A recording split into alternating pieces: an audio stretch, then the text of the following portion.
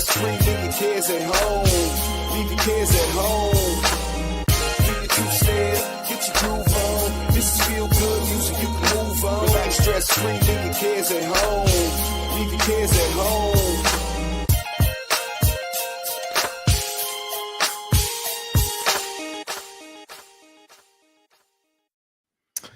What's up? What's up? What's up? What's up? What's up? What's going on, everybody? We are here again on a Tuesday night. It is my favorite person to grill, chill, or kill with. Laura Russell's in the building with me tonight here. Laura Russell's here, everybody. All right, and we're going to do what we do here. If you've never been here before, God help you. God have mercy on your soul. I don't know how I don't know what kind of problems and stress you've had in your life to lead you here. But man, we're going to try to help you laugh it away. We are silly here. We are here to have fun, just a light atmosphere. I hope you don't want to learn anything. If you want to learn something, man, I'll tell you what, you can learn nothing from me but patience. You learn patience from me.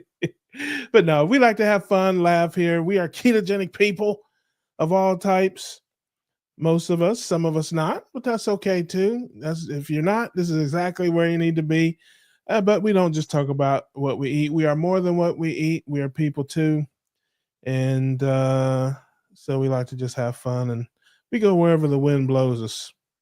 So how have you been since our last time, Miss Laura? What's new with you? I've been good. We're a little warmer in Illinois this last week. Yeah. The Monday before, it was 9 degrees below zero when I was going out to see patients, and I thought I was going to die because when you're going into people's homes to take care of them, not all of them are elderly, but a lot of them are, and their house is set to like 80. So it's kind of hard to dress for the cold outside because then you're going to be inside their house, doing wound care or whatever it is, and you're just sweating. Yeah. No, I understand. Well, down here it's been unseasonably cold. It's not, folks here have no idea what cold is, man. It's like 40 degrees. Folks have got mittens on and they look like they're going to build snowmen. So, it's like, man, is there a one-horse open sleigh somewhere? I mean, this dude is just like he's going on a hayride to the Winter Wonderland. But did you get snow? No, we didn't get snow. For those who don't know, I'm in Jacksonville, Florida. Laura's in Illinois, and no, it was just it was like the high was 39 one day, and the low was like 30. Yeah, which is down. It's like people are out of their minds down here when it gets like that. But it was just a couple of days, and it was 60 again. So that's good. But no snow. It's been 50 plus years, I guess, since they've had snow here, and they don't have a single snow truck, not a single snow plow, not a grain of salt or sand. So yeah, if it snows here, it is Armageddon. I'm just telling you, if it's any accumulation. Well, let's see who's in the room with us today. Our man, Quackity Quack Man, is here. Charger Mopar, Rick is here. Good to see you, brother. Courtney. Hi, y'all. First time to the Keto Cookout. I'm new to the keto diet. I'm excited to watch. Well, we'll ruin that for you, Courtney. Not true. Now, she said, hi, y'all. So that means she's somewhere, south of the Mason-Dixon line, which is cool. We love that. But I'm so glad you're here, Courtney. This is just a community family here. We like to have fun on Tuesday nights. There's a lot of doctors' shows. There's a lot of nutritionists, coaches, all kind of stuff. We do talk about keto stuff if people bring it up. If you have a question, by all means, you can put it in there. The community will chime in to help you. And Laura is a nurse. If you never met Laura before, she is a nurse and has been keto and carnivore for decades. I know she only looks 27, but she's got girdles older than that. So I'm just telling you. I do. Sure. Yeah.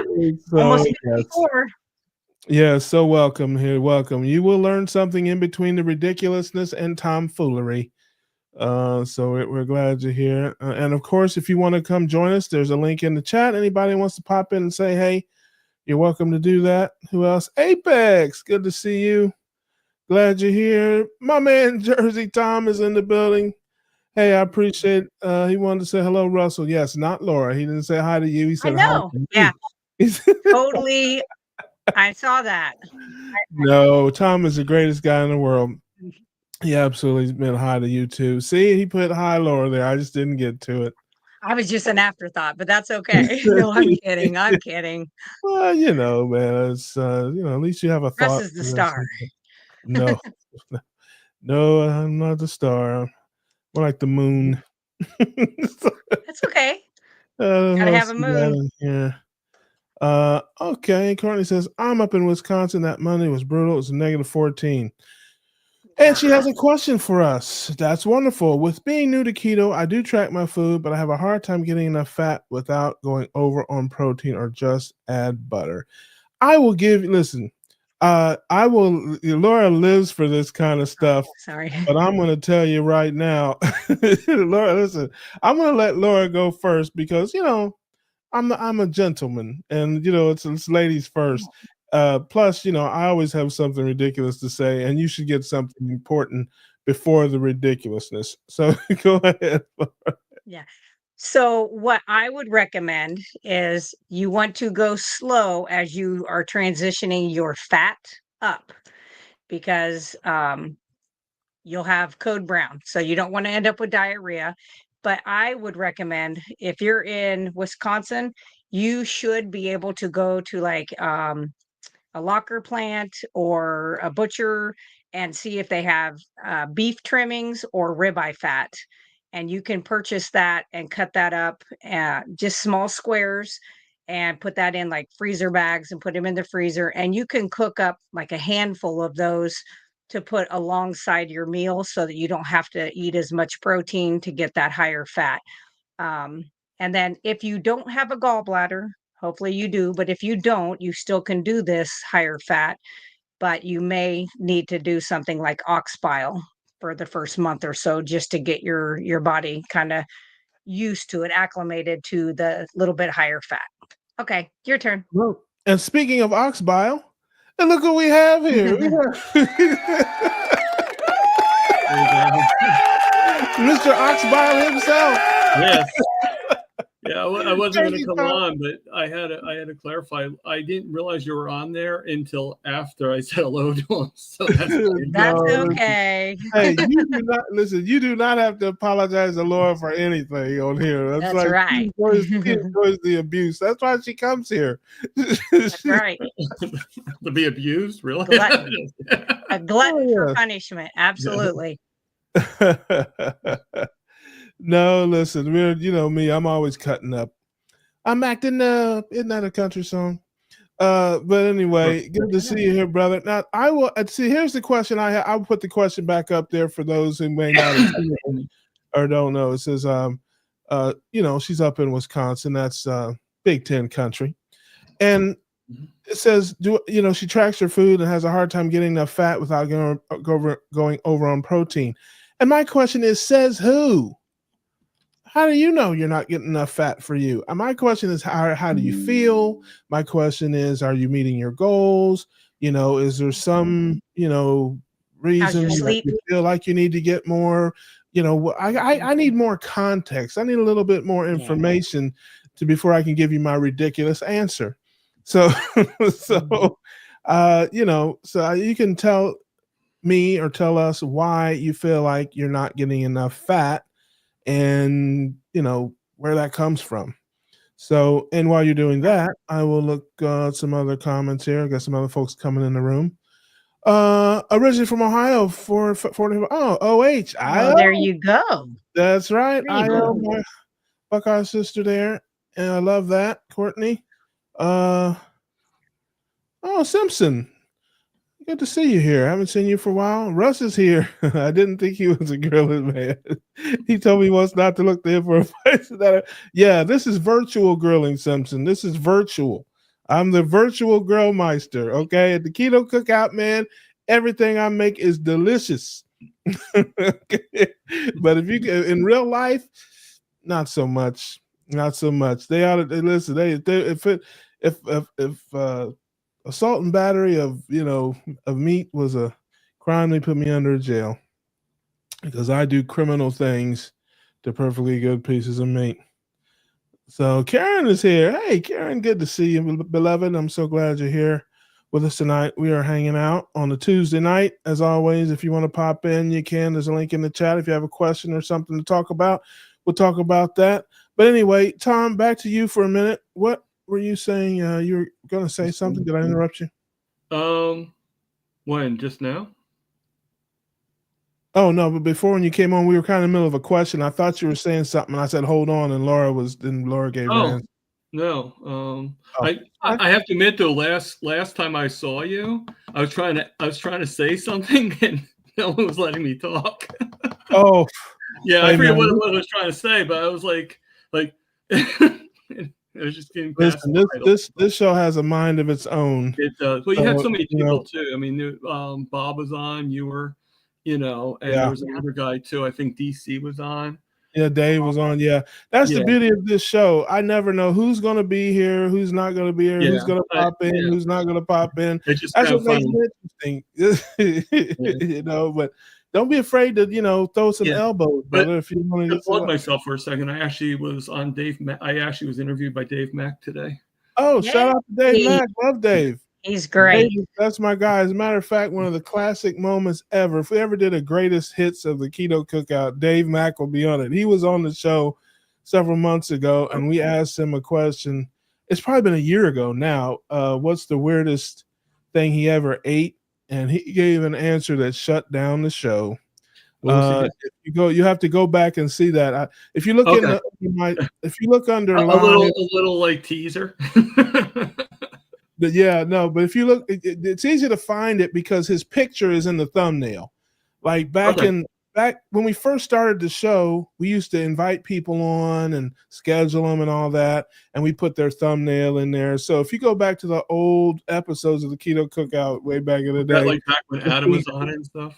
Yeah, when Adam and Ollie were on there, you'll see a picture of him in the thumbnail. If you watch that, it was a great show, but especially near the end of his time on, it was ridiculous. It shut the show down. I won't spoil it for those who may have not seen it or heard it, but it's definitely worth the watch. Yeah, it was nuts. But yeah, Dave's a good guy. I really like Dave a lot. I interviewed him too on my channel a long time ago. Great story. Great guy. He was like very easyggoing and interview. I'm not gonna lie, I was nervous. I mean, it was my first actual interview. I mean, this kind of thing was one thing, but to actually be interviewed one-on-one, but he let me do most of the talking. So I hope everybody enjoys what they see with it, and doesn't just shut me off, but no, man, people love that stuff. I used to when I had time, I did a lot of those interviews. I called them, I had a series called Keto Conversations, and had a lot of people on there. I just unfortunately haven't had time to do it, but with me, I always did it more like a conversation than an interview. I didn't want to interview anybody, and I don't think anybody wanted to be interviewed by me. So, but we just talk and hang out and just try to have a fun conversation. I mean, it's sort of what you do now in a way. You just that's what I'm all about, man. I'm all about having a good time, having fun. Life has a lot of problems, a lot of struggles and trials and tribulations, man. So sometimes you got to laugh to keep from crying. I definitely attest to that. I just try to put a smile on folks' face once a week if I can. And it's good for me too, man. It's very therapeutic for me because I certainly have my struggles. I have had a hard time over the holiday season and some things there. So I definitely look forward to Tuesday nights to just come in here, be silly, have fun, and talk to everybody. And, it's therapeutic for me. But I think Cranky, my main man, I said I first came to Keto Cookout to see some cooking. That's virtual. It's virtual, people. It's a virtual cookout. Right. But unless Rick is on, and then it really is a good guy because he eats on every show. I think he eats in every episode. He really is grilling. But funny. Karen says Dave Mack is a classy, kind gentleman, indeed. Exactly. Yeah, Rick says I'm staying out so you get more talk time, Thomas. We get a lot of people popping in. Yes, Rick is a favorite. Everybody loves Rick. What's not to love, man? He is a heck of a guy. And there you go. Oh, and I was Dave's first interview, as everyone. I know, I saw it. Yeah. Wow. I didn't know that. All the videos and the same. Yeah. Hey, what's going on, William? Good to see you, brother. Good to see you. Courtney put another. Courtney says during research, it was kept saying your diet should be no more than 10% carbs, 15 to 20, 78% fat. I do cook with butter from the Amish. Do you track this? Well, I'm the wrong person to ask because I'm not very, Laura and some other people are more of those tracker type people. Oh, no. No tracking. Oh, I figured being a nurse, you do things like that. I am not. Nope. I am counting nothing, weighing nothing. Okay. Now you've been doing it 114 years, but like at the beginning. Well, yeah. At the beginning, did you? You didn't? No. Oh, I got you. I did keto for so long. I did keto for 28 years that everything was weighed. I have that food scale. Mm-hmm. The only time I use that food scale is if I'm weighing out tallow or things for my ingredients for my product. So like for my lotions and stuff and my tinctures. And so once I became carnivore, I'm like, I am never weighing another thing. I just really went to basically eyeing, this is 6 ounces of this is 4 ounces. You can basically guess after you've seen it enough times. But when I did keto, I did do that. But even at that, they're kind of giving you a baseline, like these are the kind of the numbers, but everybody is so individual. You'll have to play with those numbers. And the closer you can get to lowest carb possible, the better you're going to definitely feel. But yeah, I think it's a good idea to kind of stick to 10 carbs or less a day. Well, that's if you want to be a carnivore. I'm not sure what I'm not sure what your goals are. She's keto. Courtney. Yeah, what she's trying to. Question for Courtney. Go ahead, Tom. Well, looking at this, it looks like she knows her. Can you put it back up? It looks like she knows her numbers. I mean, the 0 to 10% carbs, 15. It looks like she knows what she needs to do. My question is, it says I do cook with butter from the Amish. 2 questions actually. Is she asking about the butter? And what's the difference between Amish butter and regular butter? Her original question was, how do I get more fat in my diet? That was her original question. And Laura gave her some examples. But my first thought when she asked the question was, why do you think you need more fat in your diet? Like, how much are you eating? Is this something that, are you having a health problem and you need to do it? Or is it something you just read in a book or heard somebody say? I was just trying to get an idea because it's very easy to look to the right and the left when you're on this keto road and look around what everybody else is doing. And this life is one size fits most. It's not one size fits all.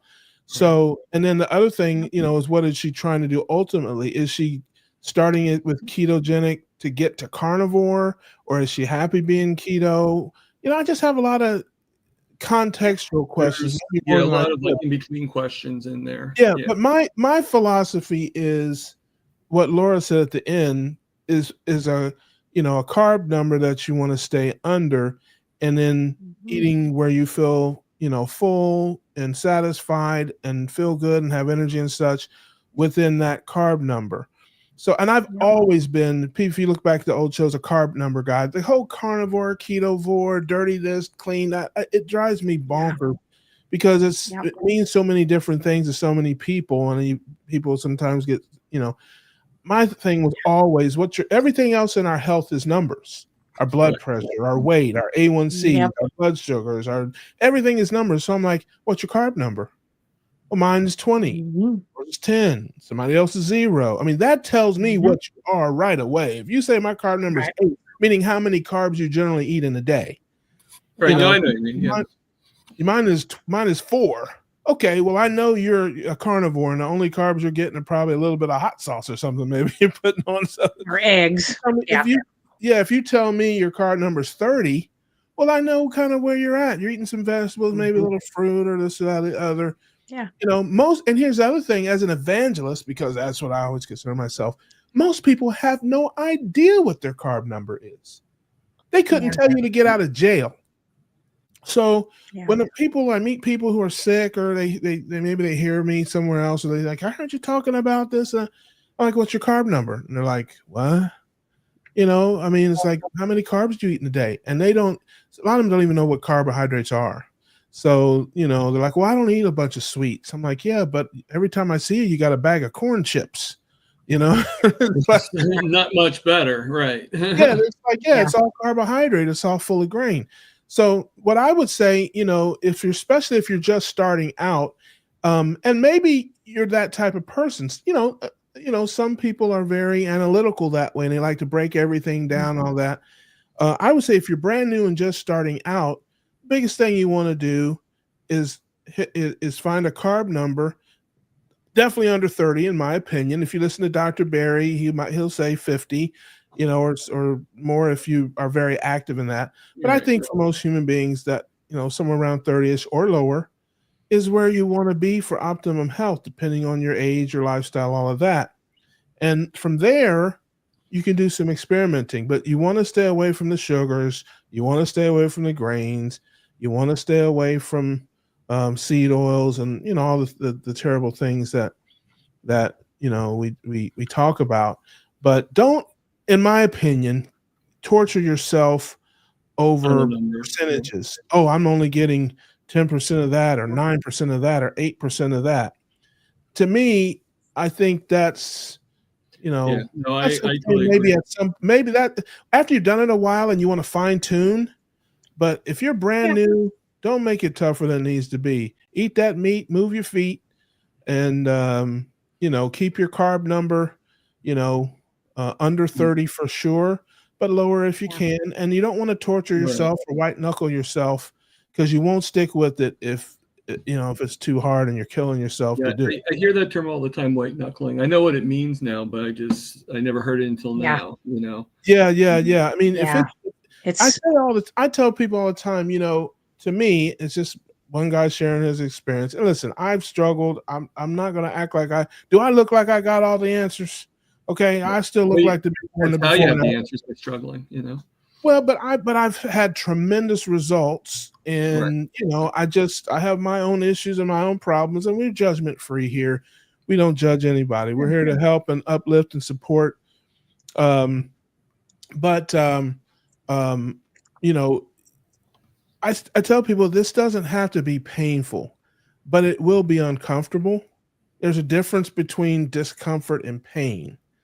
You're going to have to do some things that you haven't done. You're going to, be a little uncomfortable with some things. But if you're literally, on the verge of quitting and, just can't do it anymore, then you need to reconsider some things, take a step back and kind of reevaluate. Well, you need to start out too. When I work with clients on my website is I'm always like, what is your why? Why did you want to go keto, ketovore, carnivore, whatever it is you're doing? Why did you want to do that? Was it for health reasons? Was it for weight? Was it for whatever the issue is? And that you need to re-look at that. Anytime you're struggling, you need to be like, this is why. The other thing is you also look who's here. She's tired of typing. She had a finger cramp. And she had a finger I was definitely tired of typing, and then I'm like, it only gives you so many letters. And I'm like tired of doing like a U, and I'm like, I look dumb, like I can't spell. No, you didn't look dumb before. You look dumb now, but now that I see you. But no, I'm just kidding. He says the same thing to me. It's okay. No, that is joke. Listen, if I don't joke around with you, I don't like you. That's how it works. Hey, it's all love. It's all love. Exactly. That's what it is here. One big family. We poke at each other, but we love each other here. But Grew anyway, up with a big Italian family, so I get it. Your heart is on the people that you love the most. So yes. Okay. So you heard me ask, I don't know, 147 questions probably in there. So you can start wherever you like if you want to kind of answer them. Let's start with the first thing is how long have you been doing this and why did you start doing it? That's what Lauren says. So I was keto for a while, but I guess it was like what they would call like dirty keto. I didn't do my homework. Junk food keto muffins. Yeah, yeah, exactly. Yeah. Like going to Starbucks, getting like the egg things and like, which isn't horrible, but it's like then you're going to McDonald's and you're asking for no bun, right? Or like things like that. But then like along the like, I don't know how I'll store this, but like my late teens, I was told like you can't have kids, your hormones are off, you're going through menopause. And then I'm 34 years old, and then like mid 20s, I got all this weight gain and everything, and I was always like pretty much underweight for a really long time, and then hormones went out of whack, and so like and then I was getting really bad back pain and inflammation. And they're like, well, now you have like arthritis in all your joints. Let's put you on 600 milligrams of gabapentin 3 times a day. And I'm just like, I can't live on this.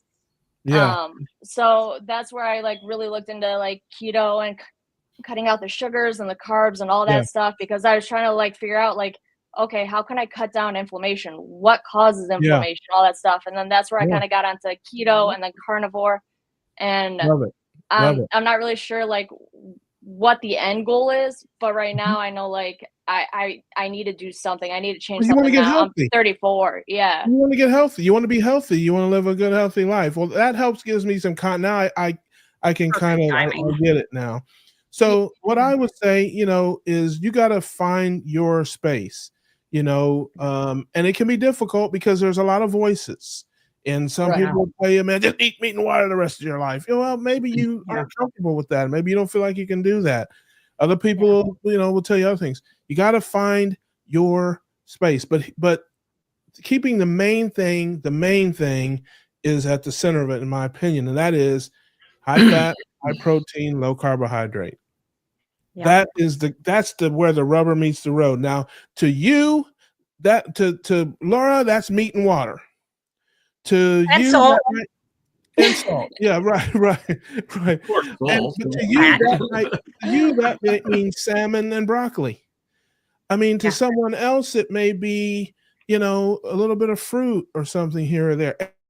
Bottom line is, you got to keep your proteins and fats high and your carbohydrates low. That's where you start. Especially with hormone issues. Like I said, a lot of the people I've worked with on my website is women who are having like PCOS and polycystic kidneys and all these issues and all these hormonal like Hashimoto's. And we've been taught for so long, especially through the 90s, which you would have been you'd have been a baby in the 90s, but because my daughter's your age. So, but it was low fat. And that is so hard because the first thing that cholesterol does in the body is makes our sex hormones. First thing. Then the next thing it does is help our vitamin D be absorbed, which helps your immune system, your bones, and your immune processes that are working with, the rest of your endocrine system. And then to feed the brain. Our brain is up to 65% cholesterol. So you may be, and this is just a guess because I've done this for a little while, is that eventually I could see you being like me, doing the very high fat. Doesn't mean you don't be doing some vegetable carbs, but just because your hormone, problems, that's, and the inflammation, getting rid of the arthritis. I've seen several people that had, they were in their 40s walking around like an 80-year-old, walkers and canes. Sugars and grains are very inflammatory, especially grains. I don't get any species of animal. I don't care if it's a shrimp, a chicken, a goat. If they want to fatten them up, they feed them grains. Human beings are the same. So that's the sugars and the grains are everything. And that's where most people get their carbs, and then drinking their carbs as well. And I would just say, if you start out, you're fortunately you are educated enough and educated yourself enough to know what carbs are, so you know when you're taking them in. And if you're tracking percentages, you probably know how many you're taking in. Just work to get that number as low as you can, where you feel strong and healthy and you can do it. When I talk to people and they'll, it's funny how it works. It's an evolution. It's like it's a weird kind of thing. It's a path that everybody seems to get on. When I first meet them and they're like, well, tell me about that ketogenic thing. I hear about it and I don't know how many carbs you eat in a day. Well, I don't know. Then a week later, they'll come back and be like, I ate 350 carbs the other day. Yeah. And because again, most people drink more carbs than they eat anyway. And so now I got them because they're thinking about it. It's like it's in their head, and they're watching, reading labels, and it's like, and they'll come back to me. It's hilarious. I'll say, did you know that a can of beans has 90 carbs or whatever? I'm like, yes. Yeah. But it's like the thing. And then they start to get the number lower and lower and lower and lower, and they start to feel better. And it's just a process for most of them. Yes, there's a small percentage of people who just throw everything out of the house and start eating meat and water, drinking water for that. That's not the path that most people take in this life. I say all the time, carnivore is like Denny's. It's not some place you plan to go. It's somewhere you kind of end up. Yeah. Well, and that's what kind of happened with the first time when I did it too, was like I jumped right into it. I didn't do my research. I didn't look into really anything. And I set myself up for failure than success. That's where I'm like, okay, let's roll things back. Let's start with keto, have a goal for carbs. So 20 grams is the most carbs that I'll eat in a day. And that's really the thing that I'm tracking. But then it's okay, did I have enough fat today to outweigh the protein? And then I get in my own head about it, but it sounds like it's more intuitive eating than anything. I wouldn't worry. That's just what I was going to say. Eat till you are full. Yeah, I wouldn't worry about that at the beginning. Nope. Or OMAD or 2MAD. I would eat meal times. I try to not do the snacking in between. But if you have to eat 3 meals and you eat till you're full, that is what the body needs to heal. And then you will get into whatever is right for you. It's like that N=1 experiment.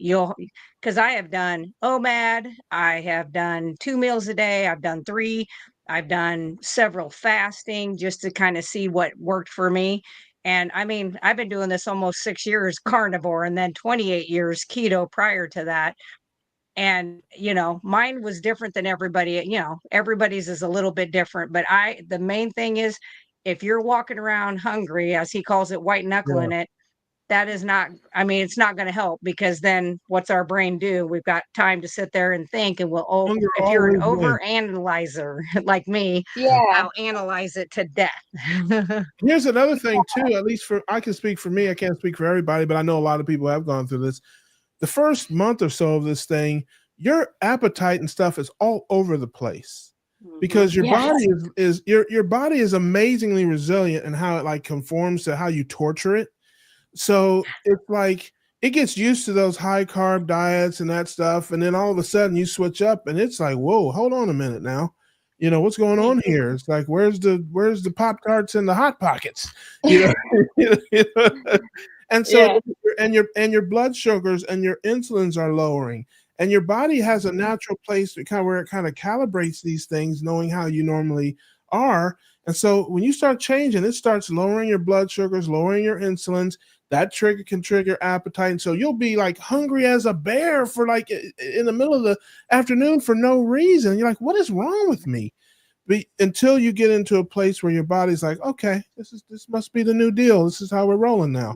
And it gets used to that. And then your appetite will disappear and different things will kind of smooth out. Let's see, we'll take a quick break and see who else is in the room here. Cat Diamond, hey Cat, good to see you. Cranky says my carb number is 2.67. I love it. Brenda's here. Hey Brenda, it's good to see you, beloved. Glad you're here. B Beasley says hello everyone. Hello to you, B. Simpson says, Russ, I used to subscribe to you, but I just checked and found I needed to be subscribed again. Yeah, I'm promising.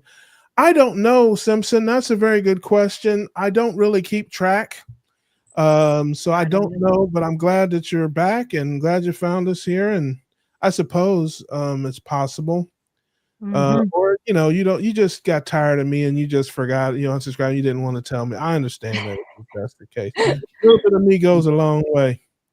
And Symington John, thank you for subscribing to my channel. I just saw it. Yeah, Simpsons is the best. Here's a quick question, and then Laura, is heart disease considered a metabolic disease?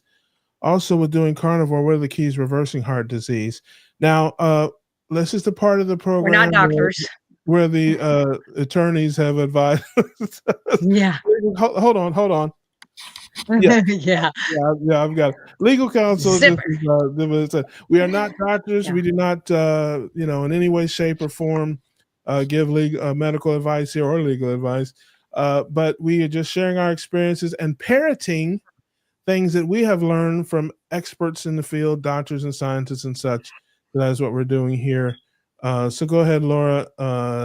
Hit that. Yes. For the folks. So yes, heart disease is a metabolic disease unless you have a structural malformation you were born with, your heart, you have tricuspid atresia, different things that can happen. But when you talk about heart disease being like hypertension, things like that, that is a metabolic disease. And yes, ketogenic, whether you're keto, ketovore, or carnivore, can absolutely, I have seen it with many of my clients. And I was a cardiac nurse for 8 years working in the cath lab and open heart. And I can tell you the people that followed ketogenic, even because that's what I was doing when I worked down there, and I'd give them all these recipes and steps and things to do. I mean, they didn't come back having another MI. They didn't come back and have to get more blood pressure medicine. They cured themselves of having those issues once they got rid of the inflammation and got their body happy, with the right kinds of foods, putting it in there. So I do absolutely believe that. And the other thing that I know a lot of people are like, is everybody tells you not to have salt when you have heart disease. And I'm going to go out on a limb and tell you every single animal and human needs salt for every cell and cellular response in the body. But it needs to be the right kind of salt. It needs to be a mineralized salt. As to whichever brand you want to do, that is up to you. But it needs to be a mineralized salt. And that is another thing I have seen with not just my clients, but my patients that I work with as a nurse. I have seen congestive heart failure turn around just with the addition of salt, of the right kind of salt. So I would go out there and look up people, look up Ken Berry, look up Dr. Avadia. He is a cardiothoracic surgeon, and that they have great information out there. And you can come look at my channel. I talk a lot too. Absolutely. Healthy Carnivore is wonderful. She has a wonderful channel, wonderful products, Russell Brands products, all kinds of natural products, lotions and potions and tinctures. Tinctures for the females. No self-respecting heterosexual man will use anything called tincture. Okay. So, but in any event, a quick housekeeping note. We, just for folks who may not know or uninitiated, ketogenic diets are diets that get you to ketosis. And we just call it keto for short, or ketogenic. Whatever, however many carbs you can eat and be in ketosis. Ketosis is your body's natural state. It's the state you're born in. Being in ketosis, it's Wakanda for ketogenic people. So it's you want to be there. And to a quick just aside from what you're talking about with heart disease and metabolic things, as ketogenic people, we believe that virtually all chronic disease, whether it's heart disease or it's high blood pressure, diabetes, kidney disease, high blood pressure, are all a result of elevated blood sugars and elevated insulin levels. That's what causes all of it. And heart attack and stroke, the number one thing for heart attack and stroke, the number one leading cause is not cholesterol, it's not salt, it's diabetes. Yep. Diabetes is the number one a leading indicator for heart attack and stroke. Diabetes comes from what? High blood sugar and high insulin. So if you look at Dr. Berry did a wonderful video on this, and he broke it down, the top 15, I think, leading causes of heart attack and stroke. The top 4 were diabetes, smoking, obesity, and high blood pressure. Well, if you take smoking out of that, diabetes is the elevated blood sugar, the cause of the other 3. And cholesterol was actually number 12, I think, on the list after. It was crazy. They broke it all down scientifically. So that's why, what I was saying to you earlier, Courtney, is keeping the main thing is the most important. And that's keeping your blood sugars and your insulin levels as low as possible. That's the key to it. And that's a little different for everybody. Like I said, it's one size fits most. And it makes perfect sense, to be honest, because I've been like doing the research and had been shifting this lifestyle for like the last month, and I'm off the gabapentin, and I'm actually like lowering my doses of Adderall for ADHD even. I didn't realize how much that played effect too. Like I have a cup of coffee or so. I still have coffee, don't get me wrong. But it's not like I feel like I'm not having to be like, okay, I hit my max on my Adderall, like, let me go up more, because like I kept getting in that fog, but now I'm actually lowering it because I feel like I don't need it as much. That's wonderful. So, coffee's good for ADHD anyway. I mean, if you have like ADD or ADHD or OCD, I have OCD, I still, have a cup of coffee every single morning. That's kind of how I hide my iodine, because iodine is not the best tasting stuff. So that's something I put in my coffee. But high fat is really good for the brains, especially of people that have those kind of disorders, because your brain is electrical. And so ADHD and ADD, you're kind of misfiring. You've got all these extra impulses coming out. And so it kind of causes oxidative stress is another way of saying it, but it causes issues and plaques and stuff. So getting that cholesterol, which will cross the blood-brain barrier just by eating it, the triglycerides and everything will go through. That helps kind of put that coating back over what needs to be, because all of those structures have a myelin sheath, which is double layer of fat. And, you burn a hole in it, and it's sitting there misfiring constantly. So you need to be able to put something around that and fix it. And that's what the cholesterol does. So yeah, I'll be excited to see how you do. I think as you progress, you're going to see great things, and getting off of gabapentin. Hallelujah. Yeah, we got you, Court. You're in good hands here with the Keto Cookout community, and we'll definitely help you. But again, where you're at, again, there's a lot of white noise, and I don't want to minimize anybody. There are so many different things you'll hear, and it all works for somebody. So you mentioned coffee. I drink coffee every day. Of course, there's so much cream in it. I don't know how much you can actually call it. But hey, I do have the grounds. There are some grounds and hot water involved. But I drink vanilla ice, like a creamy iced coffee, just about every day. But other people tell you, oh no, man, coffee gave me the hives, or so. And then dairy, it's like, I slow sip heavy cream like bourbon. Okay. I mean, it's, I love it. Other people are like, oh, that cream, and it gave me it gave me a bunion on my left toe.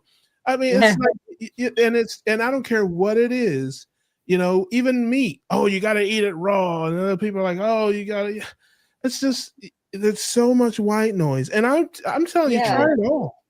But what all of us have in common, no matter whether we drink coffee, whether we have dairy, whether we eat raw meat, whether we eat well-done meat, all of us have carb numbers that are, in the low double digits, probably, for most of us. But, here you're open. You can, we don't care. You can be eating a donut right now, if, as a matter of fact, I say if you are eating a donut right now, you're right where you need to be, because we'll help you. We'll knock the donut right out of your hand. I truly appreciate all of that. That's right. That's right. Yeah, because I know what it's like to be kind of new in this thing, and you're just like, this is like, I'm like, it's like so much. What? I don't have anything left. Now they're telling me I can't drink my coffee. It's Well, like, it's not only information overload. It's like some things I've noticed are like consistent. And so those are the bits of information I hold on. But then some things are just so conflicting with each other. But back to what you were saying earlier is like one thing that I noticed like with carbs, and correct me if I'm wrong here, but like carbs, my energy was up, down, up, down, up, down. Like I was having these highs and then crashes. Because your blood sugar and insulin is doing that. Fat, it's just maintain and then a slow decline down. And then I'm like, I'm sleeping so good. I'm waking up earlier than I'm setting my alarm for. And I'm like, well, I can't go back to bed now. I'm wide awake. Let's go. Right. Well, your blood is your key to life. I mean, if your blood is all whacked out, you know, then everything else in your body is going to be whacked out. And you mentioned, you know, having kids or whatever. I mean, PCOS, I don't know if you had that or were ever tested for it, but PCOS. They said it was premature ovarian failure, so I have no clue. Still going through testing and stuff. Again, not a doctor. I talked to Dr. Kiltz, you know, or somebody that's an expert in this, but I do know for a fact PCOS, polycystic ovary syndrome, is the number one cause of infertility. And you can read Dr. Ben Bickman, you can read D'Agostino, you can read it, whoever you want. High insulin.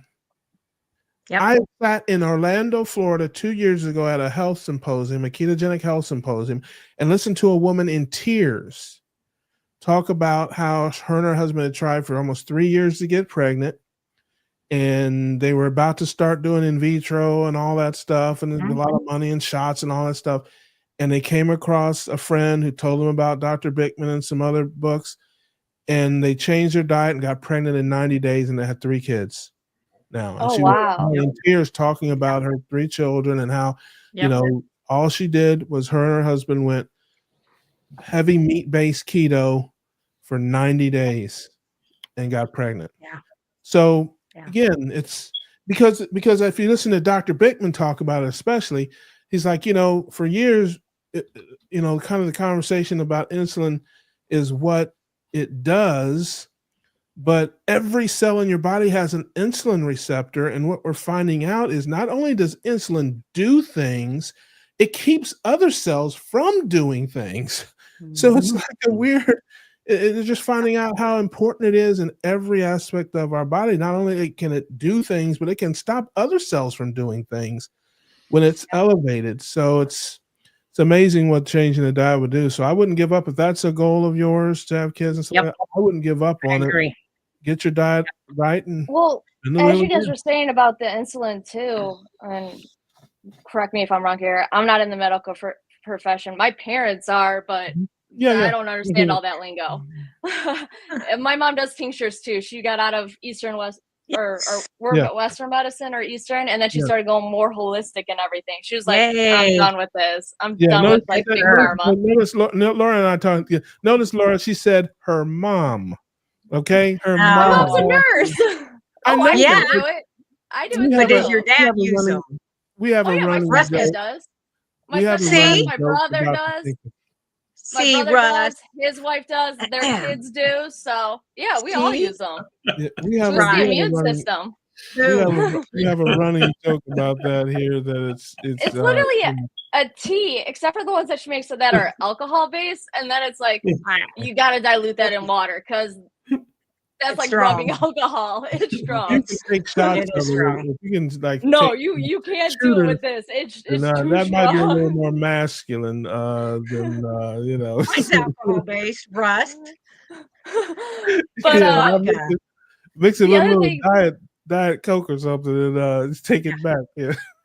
but go ahead, Court. Go ahead, Court. Going on to what you guys were saying too, the other reason why I wanted to get into it is because medically, even though I'm 5'4" and I'm 175, which is the heaviest I've ever been, but they're calling me like clinically obese and stuff. And obesity, like serious obesity, does run in my family. So I'm like, I got to do something now. But then also the heart disease and type 2 diabetes and type 1 diabetes. So I'm like, I really got to nip this in the butt because there's starting to be like a genetic trail. If you listen to some like Robert Kiltz is famous for this. I've heard him say that this many times. Shout out to Kiltzy. Obesity in and of itself doesn't cause anything. Obesity is a symptom of a problem. Obesity is not the cause of anything. Obesity is caused by the same thing that diabetes is caused by, that kidney disease is caused by, that high blood pressure is caused by, that all these things are caused by. Just being overweight in and of itself isn't going to be a problem for anybody. Maybe your joints or things like that. But in terms of chronic disease, he said absolutely not. High blood sugar, high insulin levels cause all of it.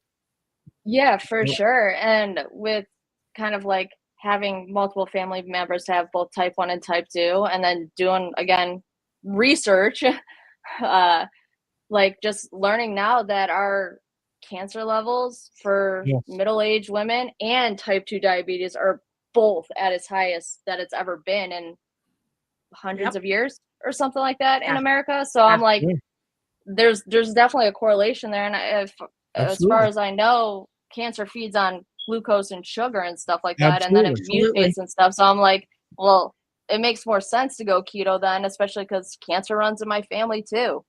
So it's like, this just seems genetically to keep pushing me that way. Well, if you get just ketogenic people, Dr. Thomas Seyfried, if you read him, he's helped tens of thousands of people probably.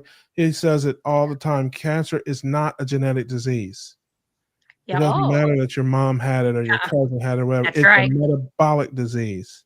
Show me somebody with cancer, I'll show you somebody with high blood sugar and high insulin levels. Because genetics, they say genetics loads the gun and your lifestyle pulls the trigger. Because if you look in a lot of people's family, now some people with the type 1 diabetes can kind of pass that on. That one I have seen go through family members that had nothing, they didn't eat the same way as their parents. Most of the time, the reason we get these same diseases as our folks and our grandparents is because we tend to live the same type of lifestyle and eat the way they did. It's the way we grew up.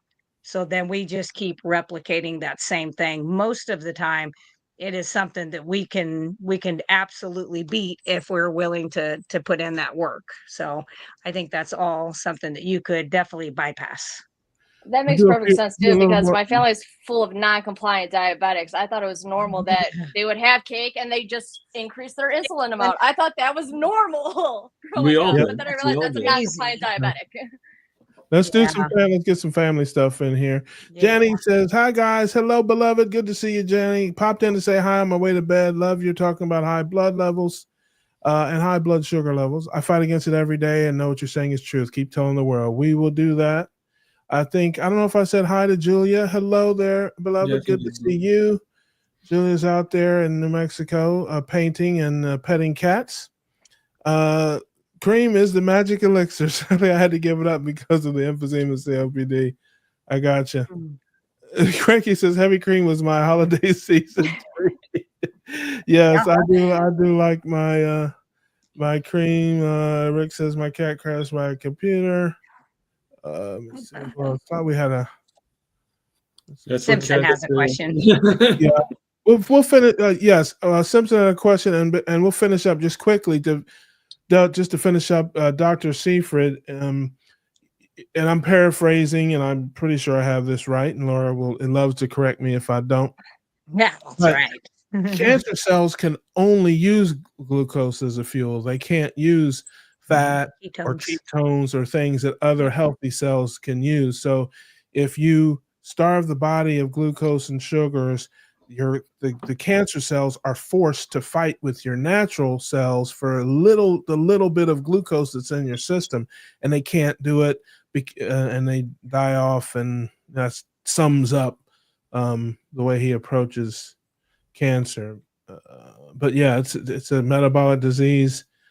To him, absolutely not genetic. Sim says, I love hearing carnivore stories. Can I ask where y'all came from and what this way of eating has done for you? And so I'll let Tom and Laura go last, because they are probably the true carnivores, the way that the quote unquote community defines them as carnivores. I have a family full of vegetarians and vegans that will vouch for my carnivore, my bona fides. I got plenty that will vouch for me. I'm 100% carnivore, but next to somebody like Laura, I got a few mushrooms and onions on my steak, so I don't qualify. Which I would if I could. Believe me, I would love to do that. I just it ain't worth the pain. I call myself. But to answer his question quickly, I call myself ketogenic. I do live carnivore. Most of the time, probably 80% of the time. I'm usually either eating carnivore. I'm falling off the wagon. I'm always on the back of the wagon with one leg hanging off anyway. Dragon. So it's not much for me to fall off the wagon. But I've lost over 60 pounds. I've got my life back. I could go on and on about the things in my life. I'm the healthiest 400-pound guy in the world. Probably my last blood work, my A1C was 4.8. My fasting insulin is down from 23 to 11. It's done a world of things for me. So I'll never go back to my old life. Never, ever go back to that. But I'd be lying if I said here and there I don't occasionally dabble in the dark art of the carbohydrate. But, it's one of those things, it's a process. You got to fight it. I'll never give up. I'll keep working and, I'm taking the long route. So Courtney, you go next. Like any other. It's an addiction like any other. Sugar and carbs is an addiction. So it makes sense that it's going to be an ongoing battle with anyone. Mm-hmm. Fairly new to it. Only been doing it for a month. Don't know how to say where I'm from because I kind of grew up in 4 different states. But originally from Ohio, now I'm Wisconsin. Always kind of been a Midwest girl other than when I lived in Boston. But yeah, so far I've noticed that it's just really helped with the chronic back pain I had. And I was an equestrian for many years. So that's a lot of wear and tear and falling off of horses, getting thrown into walls, getting kicked, stuff like that. That it's just really helped just bring all that down. And I don't feel like I'm constantly shrugging my shoulders anymore or super tight. And it's also, which I didn't expect, seems to be helping with my ADHD, which was a surprise to me. So yeah, just overall, just continuing to see good things, and I'm down 7 pounds. So good. Love it. Yeah. Love it. Wonderful. Thank you. Tom and Laura? Go ahead, Tom. Oh, okay. Well, you know my story. I've been on and off carnivore for quite a while, and it's just not until a month ago that I actually decided to go super strict. But when I say on and off, I mean I'll be carnivore for 2-3 weeks, and then I'll kind of because I don't know if you remember or not, but I actually live right above a chocolate store, so I have. So I go in there. Do they make it? What? Yeah. No. Do they make it there?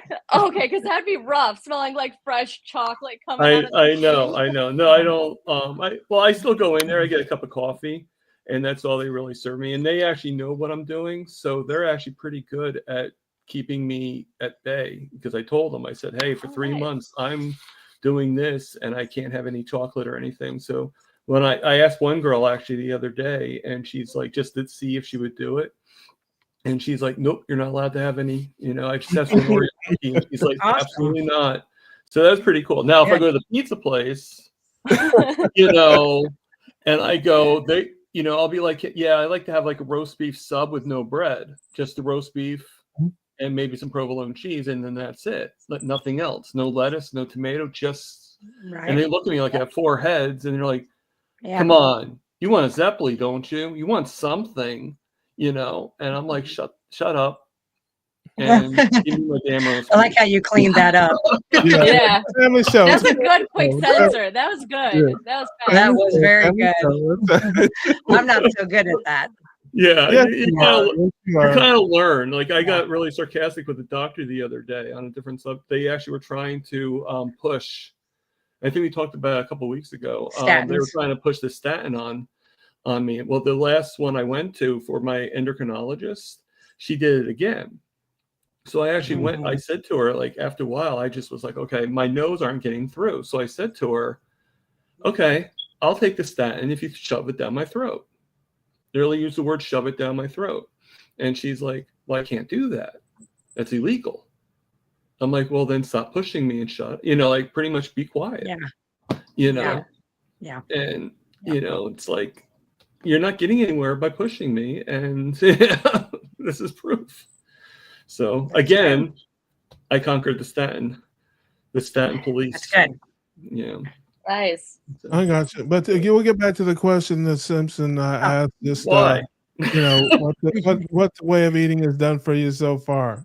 Yeah. Well, it's helped me. I mean, we already know that even like the on and off. I mean, it helped me heal. I think it helped me heal a lot faster. Diabetic?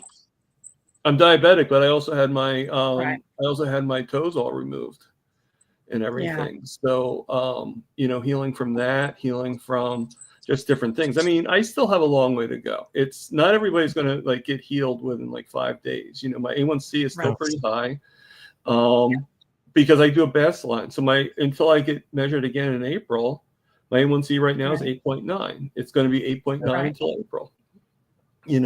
But so I'm doing everything I can, and I've joined so many groups. I mean, they help. I mean, I'm part of Carrie's group. I see you guys all the time. I'm part of Old Guy Carnivore. I've seen the community, man. And now I've joined Bella. Yeah, I love Bella. Everybody's got something to offer, and just get in where you fit in. People that you feel comfortable with. Some are super strict. Some are, in my opinion, a little judgmental. Some are. You gotta do you. You gotta do you. Yeah. No matter what, in order to be in everybody's group, you gotta be you. Yeah. Laura, take us home on this question. Yeah. Here. So for myself, when I started out, this was back in 1991. So she's like, "What? I wasn't even born yet." I was one. You're one? Okay. I was one. So I was over 313 pounds, and so when I went keto, I'm an all or none personality, so I just jumped in, kind of like you were talking about, but I white knuckled through it because I'm like, I had no choice because of all the stuff that was coming up. I had borderline diabetic. They said the next year I was going to be diabetic, giving myself insulin shots. And I love to poke you guys and anybody else, but I don't like to poke me. So I was like, hell no, I can't do that. So high blood pressure, and then my triglycerides were at least 1,000. They don't know how high they really were because that's as high as their meter went. So went keto, lost 153 pounds, kept that off, went carnivore almost 6 years ago, got rid of depression, anxiety. My OCD is much more manageable. I'd still like things to be where the heck they're supposed to go, just the way it is. But then, cystic acne. I had the hormonal cystic acne that you get when you're going through like menopause, or a teenager, going through with their hormone changes. Got rid of all of that. I got rid of acid reflux and all my joint pain. I didn't have any arthritis yet, but I was starting to get the joint pain, and that's gone. And sinus. I constantly had sinus infections, sound like I was talking, through my nose and stuff like that. So that is some of the others. I wrote them down one time. There's like 25 things that I've had, over this many years completely clear up, but I would never go back. I've had people go, "Don't you want a brownie?" And I'm like, "No, I can have a ribeye. Why the heck would I have a brownie?" Like, I don't miss that because I know how I'm going to feel. And when, like, for me, I'm a motorhead. So like, I used to rebuild motors and stuff. So I always look at food now as my fuel. What am I putting in my body for my body to do whatever it needs to do? I want to make it easier, or do I want it to have to work really hard and not know where to put these ingredients that were never meant to be consumed by humans? So that's kind of how I look at my food. I don't care if it's pretty. It doesn't need to be all these colors. I don't care. Throw it on there for 3 seconds and I'm done. So I got a quick question, Laura. Yeah. Were you only 10 when this all happened to you? Because there's no way you're older than me, and I graduated in 1991. Oh, You're yeah. 73 years old. She is 73 years old. Is she? You look really good for 73. I'm actually going to be 54. So yes. Oh, you're 2 years older than me. Okay. Yeah. Yeah. Oh, stop it. You got shoes older than that, Laura. I don't know what she said. That's my sister. I love her to pieces. She knows that. Okay, we have another question. Hi, y'all. For Ingrid and Carlos, I don't remember seeing you here, but welcome, family. Glad you're here. Hi, y'all. There's another one. I don't know where they're from, but they said, hi, y'all. I love it.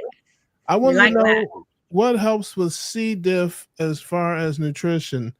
I don't know what C. diff is. I'm not really bright enough to know that, but luckily we have somebody smart on the show besides Courtney and Tom. It says 3 rounds. I'm not. Don't put that pressure on me. 3 rounds. I said you looked dumb early when you first came on, so I didn't want to say it again. Oh, I am. That'd have been too much. No, you're not. No. 2 rounds of antibiotics so far. Gets better when on antibiotics, but then it returns. What makes it better and what makes it worse? Start out with what C. diff is there, my beloved Laura, and then we'll go from there. So C. diff is Clostridium difficile, is exactly what it's called. And what that is when we take antibiotics, they're great, but they are not smart enough to only go after the bad bacteria. They take out all of the good and bad bacteria. So your gut gets wiped of it. It usually ends up getting lodged in the small intestine, which should have no bacteria, which is SIBO. And then also the large intestine should have, and that gets wiped out. So they end up having the worst diarrhea, worst foulest smell. It's painful. They can lose blood. It is horrible. So the way they treat this is to give you another antibiotic. This is in the medical world. This is what they do. And I'm always like, what did you just do that caused this? So what I recommend, if you're somebody that does eat vegetables, is you want to get or make fermented cabbage, like sauerkraut. If you get it where it's already been cooked, not as good. You can just take cabbage, sprinkle it with good mineral salt, let it set in a bowl, put it in a jar, put it in your fridge for 2 weeks, and it will be fermented. And you can have couple bites of that every day. You could get kimchi or kefir or make your own. Plenty of YouTube videos out there for that. And then you can get over-the-counter probiotics if you want to. That will speed it up. But if you're wanting to do it with food, I would do it with any fermented type foods to get that bacteria. And I'm a big proponent of oregano oil as an antibacterial. So if you ever have anything, again, and it's not to you got to have an antibiotic stage, I would look up a natural food store, or you can buy it from me. It's cheap. And I would take oregano oil because it is a natural antibiotic and it doesn't wreck your gut. There you have it, ladies and gentlemen, the amazing Laura Russell. Cranky Carnivore Cutler says glucose or glycogen are cancer fuels. Yes, I forgot about glycogen. Thank you, Cranky. And let's see, Simpson says, I don't differentiate between carnivore and keto. They're both keto producing. So I think some people, you know how it is in these YouTube streets. Some people, they don't like to be called ketogenic. They are carnivore, Oh yeah. So, that's why I don't care either. But me neither. I like to differentiate for those who like to be differentiated. And were you going to say something, Courtney? Do you have something to add? Well, I was contemplating it, but first I want to say all great nurses have a little bit of OCD. You have to have OCD in the field, otherwise you can't do your job. So that's not. And growing up with that field and stuff like that, I completely get it.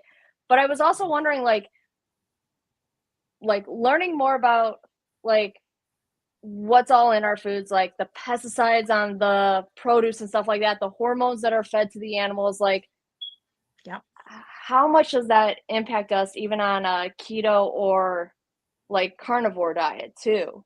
Because it can. Keto, I would say I felt more effects of what's sprayed on the stuff, but I'm fortunate. I live in Illinois and we have a huge garden. So any of the veggies I was eating was coming from my own garden. And so we spray nothing at all. I mean, we have weeds and we don't care. It's like dandelions to me are going to go in a tincture and they're good for you. So I never looked at it that way. But when we would get stuff from the grocery store, I could feel a difference because you're getting that glyphosate or the atrazine just exactly as it was put on the plant. Where if you eat a ruminant animal, which means has multi-chambered stomachs, they break down a vast majority of those things, even if they ate grass that was sprayed in that, and that doesn't make it to their meat. So when you eat the meat, you know, a lot of people you'll hear, oh, you have to have grass-fed, panda massaged, or no, it doesn't matter. I say, I really have eaten both, and I didn't notice any difference because a ruminant animal is going to break down the majority of that. But yeah, I do think, and so many of the things, this is why I started making my own products several years ago, is even the stuff we put on our body. You think what's allowed in our food's bad, what's in products is horrible, and they're estrogen and endocrine disrupting substances. So I think all of that environmental stuff is pretty major. So I'm gonna throw out a political thing. I hope RFK Jr. gets in and does something. That's as political as I'll get. Me too. Me too. Because I just found out that they're finding like microplastics in like people's brains and like throughout the body from what we consume and stuff like that. And I'm like, I don't need more crap. But I didn't know if, like the hormones and stuff like that, that's meant to like bulk them up if we're consuming the hormones from the meat sources too, because grass fed or grass finished or whatever, like they're going to get hormones from something. Right. Yeah. Those are broke down in their system. So I don't remember if it was Chafee, Dr. Chafee, one of them did a study on that, or they did like, they had them research that, and they didn't find where that led to any of that. So it was a marginal difference. And, you know, I think, I don't remember who I heard, it may have been Barry or somebody said it's like the worst, you know, ribeye steak that you could find is better than the best Hot Pocket or Pop-Tart or bowl of pasta that you could ever eat. But, you know, so, you know, even like cold cuts and hot dogs and things like that for people who don't make a lot of money or who are on a budget. It's like, it's so much better than, you know, rice and corn and wheat and soy and all the stuff that they tell you is you know, is good for you. Apex says, I'm currently struggling with my sleep apnea. I mentioned this on my channel and someone told me it was karma because of the suffering I've caused by my selfishness. Well, you're a pretty bad person, Apex. I have to say. That's pretty cool. Dang. That sounds like something Russ would say. Yeah, listen, there's a lot of kooks and wackos out there besides me. And so, you know, just ignore them. People are ridiculous. I get some trolling and stuff too. I haven't had that yet, so. Well, luckily. You know, there's a lot of people out there. I know I probably will eventually, but most people who are in my opinion, this is an unscientific poll. I'm just giving one goofy guy in Jacksonville's opinion. Most people who are vegan or vegetarian, they got mental problems. They ain't getting enough cholesterol and fat in their diet. Yeah. And B, they're not vegetarian or vegan for health reasons.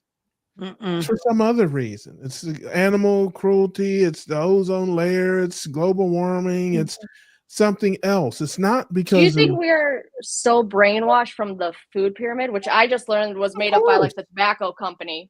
I'm pretty sure it was made up by the tobacco company. It is. But it's like that brainwash of the food pyramid that it's like carbs, fruits, vegetables, meat, and fat. Teeny tiny fat. Yeah. I'm gonna let you in a little secret since it's just me and you here. It's not like there's people listening. I apologize if you guys hear noise. My cat is going nuts in the background. That's why I keep muting myself. That's okay. Yeah, you haven't been watching this show long enough. I have an insane person that hosts the show with me every other week and has a cat as crazy as him. Shout out to my brother Rick. We'll see him next week if you choose to come back next week. Oh, absolutely. No, I appreciate talking to real people who aren't judgmental, but are also willing to just like talk to like anybody. Like this, like I wouldn't have done this unless I was tired of trying to type out everything, to be honest. I agree. Laura and Tom are great. Yeah, I agree. But here's a dirty little secret. I do this every day. Well, pretty much every day. and I still think it's crazy. I mean, it's like you can't like unlearn 50 plus years of living in like a year or whatever. I ate a big bowl of ground beef, a couple hours ago, and I just like, I can't possibly be getting all my nutrition. There's gotta be my riboflavin. I can't get all the riboflavin I need out of this. It's like, there's gotta be some. So I do it every day. I've had tremendous results. I'm very happy with my results, all that. And so, yeah, it never, at least I don't know how long it takes to like get over that feeling of like, I'm insane doing this, but it's been 2 years for me now almost, and I haven't gotten over it yet. So, well, to be honest, the big reason why I'm doing keto is because, like, when I was looking up the nutrients and stuff for carnivores, like, to get like a good portion of those micronutrients, you got to eat organ meat. But I'm like looking at the capsules, and I'm like, are the capsules really worth it? Like, do you need the capsules? Like, do you need to eat liver? I would listen. Nope. No, you don't. I tell Okay, that makes me feel better. I sat on here with I forget who it was, and Dr. Hampton was on with us, and I said it right in front of him. I was like, brothers ain't eating no organs. We play the organ. We play the organ, but we don't eat no organs. Okay. And he was like, oh, come on. He said, I said, Hampton, you got my back on it. He goes, yeah, I'm with Russ on that. I was like, and there are some people that do like liver, or like I deer hunt. So I process my own deer. I field dress them, and I do keep the kidneys and liver. But what I do, and I don't do this every day, but when I'm mixing up my hamburger, I always mix it with ribeye fat and run it through a mixer. And then I'll add, either some kidney or some liver. The kidney is actually really good. It's not as strong. I would never sit here and eat a bite of liver. Not going to do it. But I've mixed it in, and maybe 2 ounces, per pound is what I would get.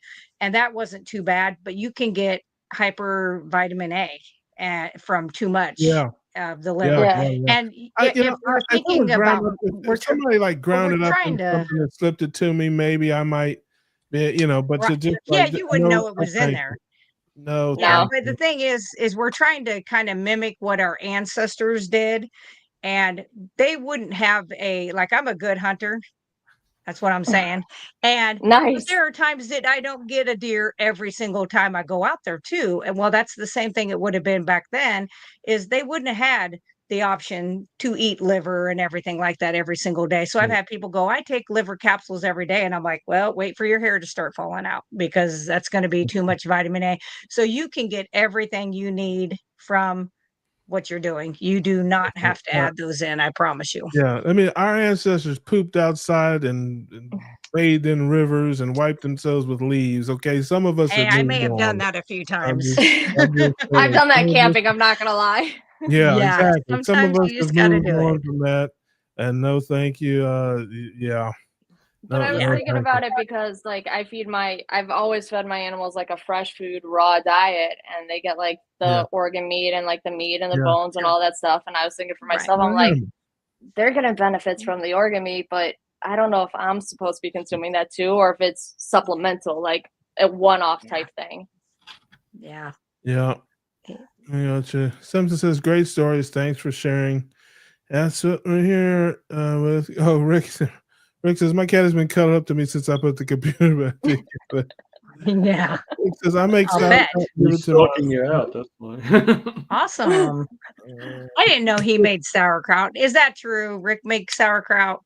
Rick is very generous with other people with his fruits and vegetables. He won't eat it, but he has coconuts. Okay. He gives them away to people, and he's talked about it many times on the show. Awesome. I think one time he made a vegetable stew for one of his friends or something that was eating standard American diet. He's like, man, you got to I don't know if I can do that. Off of that stuff. Carnivore Journey. I love making. Glad you are here, beloved. I've not seen you here before. I've loved making and eating fermented cabbage sauerkraut. I enjoy it a few times a week. Yeah. I can, I'd throw it on a hot dog or something like that. I wouldn't just eat it out of the jar, but I don't. It's just, if you had C. diff, you would. It's just salty, it's not really. Yeah. It says Rick says sauerkraut goes well with heart attack burgers. There you go. Ingrid and Carlos says, thank you, Laura. What foods should be avoided with C. diff, if any? I'm going to say great fruits, grains, and vegetables. I'm just kidding. Yep, sugar. Yeah, sugar and carbohydrates. And then I would add in apple cider vinegar with the mother, and I do about 1 ounce of that and 4 ounces of water, and take that down and get those, because that when you get it with the mother, it has all the little SCOBY, basically it's called, on the bottom there. You're going to help get that put back in the gut. And it also can help with people who think they have acid reflux, because I don't believe that's a real thing. Rick says, what's a hot pocket? Yeah, but yeah, when you have a cigarette lighter in red long, you put it in your pocket. No, hot pocket is it's a product. If he was here, he would give us the gas face. Okay, that's give us one of those gas faces, because that's how he rolls. It's basically a burrito, except it doesn't have Mexican. It's like cheese and pepperoni or something like that. Maybe like a calzone. Yeah, like a calzone, but it's really cheaply made, and that fits into like a sleeve that has like the tin, and then you put it in like the microwave. Microwave. Never hot. It's never hot. It's like hot pockets. Yes, exactly. It says vegans are all nutty. You definitely become friends with the porcelain crown. Yes. Yeah.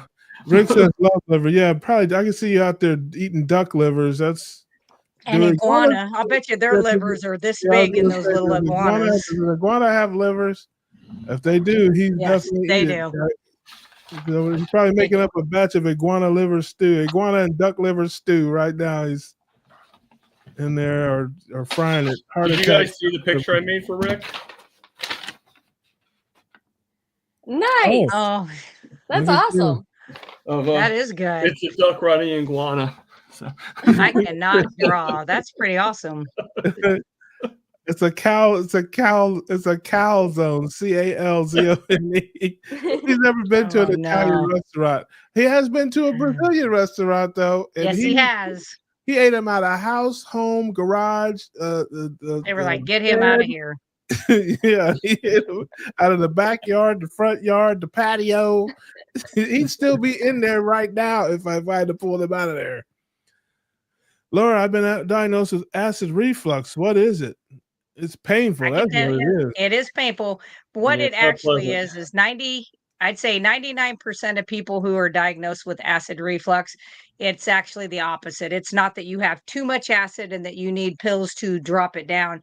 What you need to do is get the good acid and get that back into the body. What happens is most people get even just a mild gastroparesis, where the food sits in the stomach and doesn't get digested.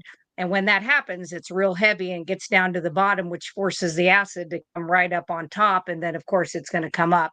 Most of the time, that is because you're already you are taking things like antacids. Like my mom was taking 2 bottles of Tums a week and jacking with their insulin or their acid. So I have had tons of people that were on like Prilosec and omeprazole, 2 or 3 of them. Yeah. And I'm like, get on the apple cider vinegar. And that came from a gastroenterologist that I worked with years ago for myself. And that's what he had me do. And at first I was like, are you crazy? I'm going to put acid down my throat that I am. And he said, you're not making enough. And we've shut off all your pumps and you're not breaking down your food. So nothing was getting broke down. So I was deficient in vitamins. My hair was breaking and my stomach hurt. And I ended up with an ulcer, even though my pumps were shut off. And he was the one that told me to do that. And I did that for years. And occasionally, like I've had to take an antibiotic one time in like the last 6 years. And I immediately had that acid feeling like that. And I was like, nope, time to get the apple cider vinegar on board. So that's what I would recommend. And if you don't have to do it straight, because you got to be careful of your teeth, then you can put it in like 4 ounces of water and take a cap or 2 full in that every single day, and it will get there. Quick question. I actually, unfortunately, it's the one thing I'm still on. I don't take it as much as I used to, but the omeprazole. I actually, I was taking it for like 4 or 5 years, and the doctor, every time I asked them if I could wean off it, they oh no, you can be on it for some more. Don't worry about it. It's okay. And I wasn't asking permission to stay on it. I was asking so no one would help me. They kept on kind of like going around it. So I actually weaned off myself. So now I'm taking it like every 3-4 days, depending on how much I'm, you just, for me, it's just instant relief. I don't think it's good for me, but it's just when I'm sleeping, I can't. Well, it blocks acetylcholine. So the way it works is it also blocks acetylcholine, that's not a bad thing necessarily to block in the stomach for a short time, but omeprazole crosses the blood-brain barrier and it blocks acetylcholine, which is a neurotransmitter in the brain, which is why I've never taken care of an Alzheimer's or dementia patient who wasn't on combination statin and an omeprazole. Every one of them over 22 years. They have been on both. And I'm like, and they're supposed to be very short term. You really should never take something like that over 2 weeks, the omeprazole style medicines, 2 to 3 weeks at the most. And then, because you're not really figuring out what's the problem, you're treating a symptom. So you're just going to be managed instead of cured. So I would just really do the apple cider vinegar. And like they said, that betaine hydrochloride is another thing that you can get and take as well. And that may be something. Yep. I mean, but I would really do that. Cheaper, but yeah, I mean, I would. Yeah. I would think that the mother is a lot cheaper than I would think than the other. But I was going to read this, but Laura kind of did, and I'm going to ask a question that I'm pretty sure is dumb, because I know the guy is going to ask it pretty well. But I really do want to know. When I was a kid, and even now, when I would have indigestion or things of that nature, my grandmother used to always say, drink some club soda. Yep. And I drink club soda anyway because I just like it. I do too. I don't really get sick to my stomach very often, very rarely. But if I get off the beaten path, let's say if I have a really, something traumatic in my life and I end up with something that causes me some indigestion, whatever, I do drink club soda. It helps a lot. Now it's because the gas brings it up. Right, it helps you. I was going to say, is there something in it that neutralizes stomach acid or something? Well, it's just that it gets in there, and I don't know if you even know this, but a lot of times you'll end up burping a little bit later, and you may not even know.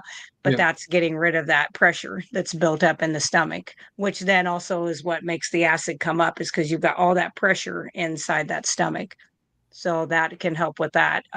You also can take, this is not tasty, but you actually can take, if you have aluminum-free baking soda, you can put a teaspoon of that in a glass of water, stir it up, and drink it.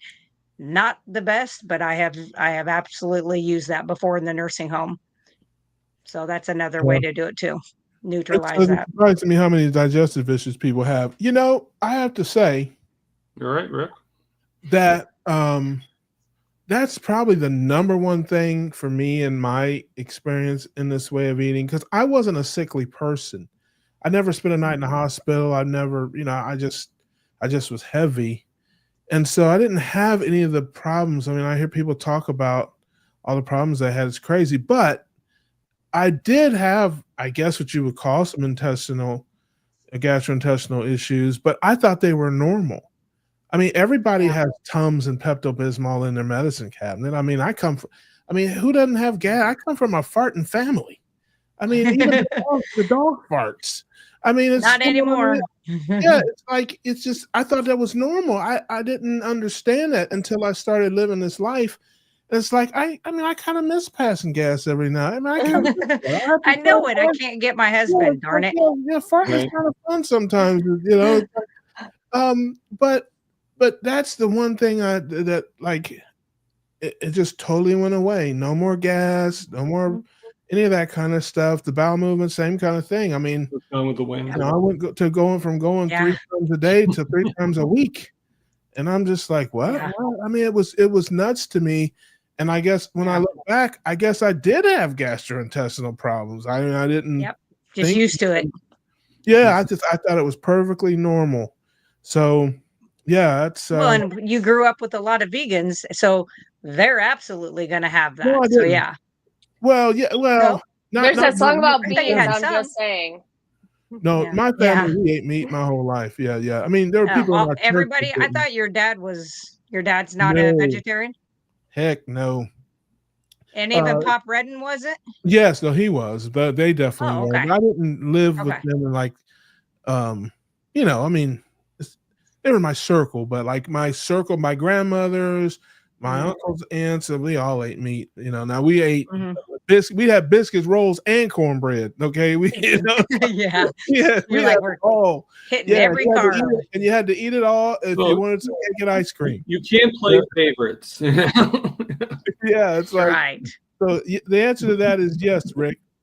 But yeah, so yeah, it was just normal. Everybody had, you know, gas and stuff like that, and so I never thought anything of it. But yeah, going to the bathroom like 3 times a week instead of 3 times a day, that's a game changer. And it's just like it's normal. It's I don't know how to describe it. It's funny. It's this is gonna sound crazy too, but where I grew up in the sticks of Ohio, our neighbors across the road from us didn't have indoor plumbing. This was in the 70s. They had an outhouse and they had a well in their living room, like an old school, you know, hand pumping well in their living room. It pumped their water, and then they had an outhouse, and it was like 10 or 15 feet away from the house. I mean, in the dead of winter, you know, they're coming out and going. And I used to think to myself, how in the world could people live that way? And now I kind of understand a little bit because they didn't eat like we eat. They didn't go to the bathroom as much as we go to the bathroom. It's like I can maybe survive going to the outhouse 3 times a week. Yeah, I mean the Amish do it. Yeah, Amish do it. So that is nuts to me. But I grew up in the sticks of Ohio too, so I'm dying to know where in Ohio. Ashley, Ohio, Delaware, Central Ohio, near Delaware, Marion, Ashley, in that area. My dad lives in Columbus still. Nice. I was Chardon, northeast. Oh, up at, yeah. Geauga. There's some Amish. There's Amish up there. We have an Amish restaurant. Oh, I race horses. I've raced horses since the 90s at Standardbreds. So I've had a lot of dealings with Amish folks. Yeah. Cornbread is so nasty. I can see his face. Yep, I can see the face. Yeah, cornbread is duck food. Not on Thanksgiving Day, it's not. God, that's like my weakness. I'm not gonna lie. Yeah, you know, again, those days are over for me. But on Thanksgiving Day, I lose all my religion. I mean, it's a family thing, and that's, you know, the family is the root of all evil for me, pretty much. Whenever I'm, you know, doing what I shouldn't be doing, it's always with my family, you know. So this is his motivation to stay single and not have kids. Well, family is root of all evil. Yeah, it can be. What you need to do is you need to find you a keto man, and then you guys can make keto babies. Well, I need a hunter. It'd be a lot cheaper. A hunter, somebody that has a skill. That's what I always tell people. They're my boyfriend does this. That doesn't help you. I said, not useful. It never hits the fan. Yeah, they're not farmer, hunter. Farmer, hunter, fish, gardener, any of that stuff. That's important to be able to have that knowledge. Yes, I had a rough holiday season. We had a death in the family, and it was so I was away from home a lot and with my family a lot, and my mind was all twisted up, and you know, it was ugly there for a little while. But I'm back on track. I got my mojo back. I'm moving, grooving, steadily improving. I heard a guy say that once or twice. Yeah, so, me too.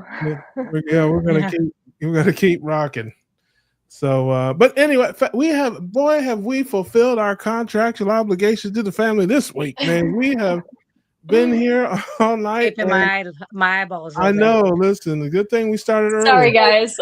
No, you're fine. No, you're fine. We're just joking around. But I want to thank everybody for being here with us tonight. Love hanging out with you guys on Tuesdays. We'll be back here next Tuesday. Now, I promise you, folks. Now, this was actually a very informative show. Because we have the great Laura Russell here. Check her out, Healthy Carnivore. Buy her stuff, Russell Brands, all that. I adore my sister. She knows this. So next week, I guarantee you won't learn nothing. It's me and Rick, ladies and gentlemen, and it'll be ridiculousness, tomfoolery, and you will learn absolutely nothing with us two clowns on here. I can guarantee you that. So you got a brain full of information today. That ain't gonna. Don't look forward to that next week. That was it's not how it's gonna go. But thank you guys. Always keep your proteins and your fats high and your carbs low. And we will see you next week on the Keto Cookout Show. Yeah. Bye, guys. Thank you.